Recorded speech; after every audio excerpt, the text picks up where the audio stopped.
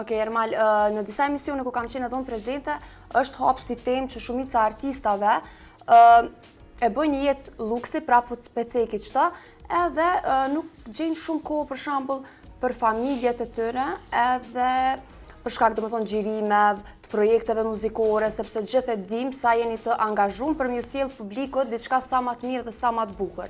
E bëni maksimumin që publiku mundo i kënaqt me juve. Sa gjeni kohë dhe për familje? Unë nuk mendoj që është ashtu, ka njerëz që kanë punë shumë më të rëndë, ka njerëz që kanë punë edhe me orar më të gjatë. Është e vërtetë që ne jemi në lëvizje, është e vërtetë që jemi në studio, po nuk do me thonë me shku edhe me bujt aty aty, se ti krym punë, mund është me kry punë ka raste për shembull që je në momente kur je më kreativ, edhe në studio mund është me nxjerr diçka më shpejt. Po ka momente që nuk shkon ajo dhe është një farë kohë që zgjat pak pa tepër, po.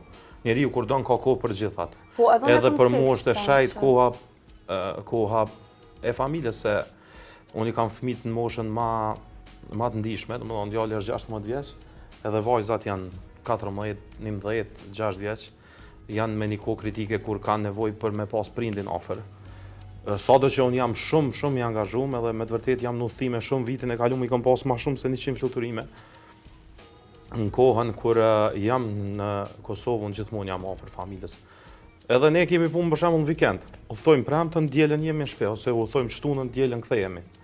Dhona kom cekësha, dhona kom thonë që patjetër që krejt këngëtarët edhe vipat shqiptar normal që mund me gjetë kohë edhe për familjarë edhe për çka do që dojnë.